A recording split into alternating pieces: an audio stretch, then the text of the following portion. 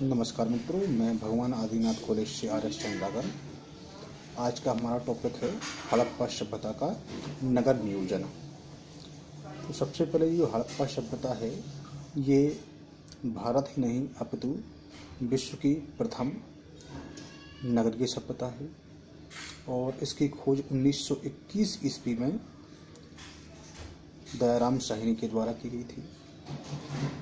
और जो इसका नगर नियोजन है, नगर मीन्स वर्तमान के शहर, इसका हमें आज अध्ययन करना है। हड़प्पा सभ्यता के लगभग 2000 स्थल प्राप्त हुए हैं, जिनमें से मात्र 6 स्थलों को नगर की संज्ञा दी गई है। और इस सभ्यता की प्रधान राजधानी थी मोहनजोदड़ो।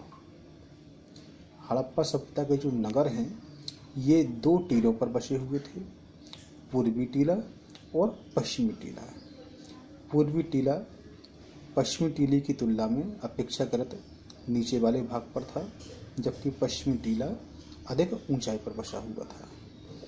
पूर्वी टीला आकार में बड़ा था और यहाँ पर जनसाधारण लोग निवास करते थे, जबकि पश्चिमी टीला जो है आकार में छोटा था और यहाँ पर दुर्ग स्थित होते थे, जिनमें कि शासक वर्ग निवास करता था।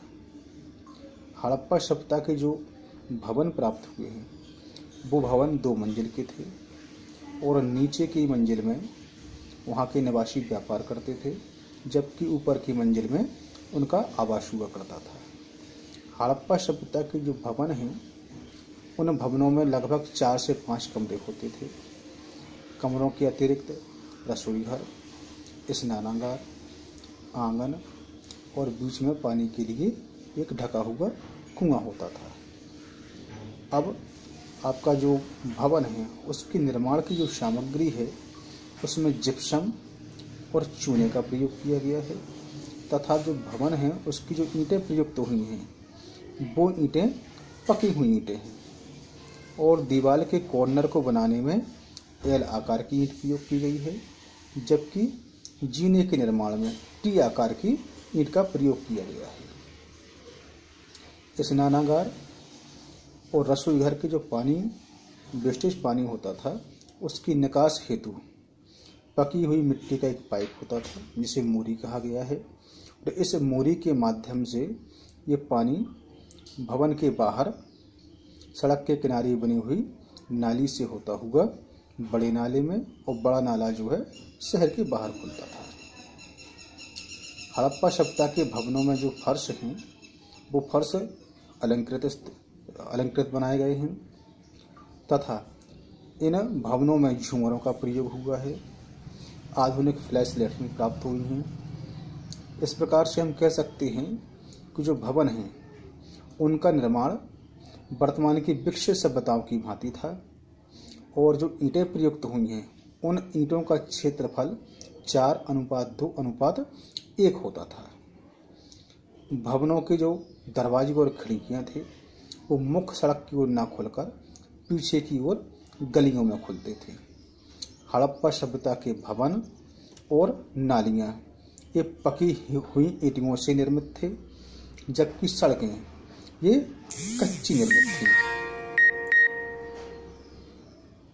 और प्रत्येक सड़क जो है पूर्व से पश्चिम की ओर जाती थी, तथा सहायक सड़कें इन मुख्य सड़क को उत्तर से दक्षिण की दिशा की ओर काटते हुए समकोण का निर्माण करती थी। मोहनजोदड़ो की मुख्य सड़क 9.15 मीटर चौड़ी थी, और जहां पर इस मुख्य सड़क को सहायक सड़कें काटती थीं, वहां पर चौराहे का निर्माण होता था। सड़क के दोनों किनारे बनी हुई नालियां पकी हुई थीं और उनको ऊपर से ढांका गया था। तो हड़प्पा सभ्यता की नगर निर्माण योजना अत्यंत विकसित थी, जो कि वर्तमान की मिस्र की सभ्यता, मेसोपोटामिया की सभ्यता और चीन की सभ्यता के एकदम विपरीत नवीन एवं नगरीय सभ्यता थी, जबकि ये तीनों सभ्यताएं ग्रामीण सभ्यताएं थीं। हड़प्पा सभ्यता के संबंध में हमें जानकारी मात्र और मात्र पुरातात्विक साक्ष्यों से प्राप्त होता है, क्योंकि इस सभ्यता की जो लिपि है वो चित्रात्मक है। चित्रात्मक अर्थात इस लिपि को वास्त्रोफेदन या गौमूत्रिका कहा गया है। चित्रात्मक के साथ साथ इसे हम भाव प्रधान लिपि भी कहते हैं। इसी कारण ये लिपि अभी तक पढ़ी नहीं जा सकी है। हड़प्पा सभ्यता विश्व की प्रथम नगरीय सभ्यता है, जो कि हमारे इतिहास को दर्शाती है कि हमारे पूर्वज कितने समृद्ध और कितने वैभवशाली थे। नमस्कार एंड धन्यवाद।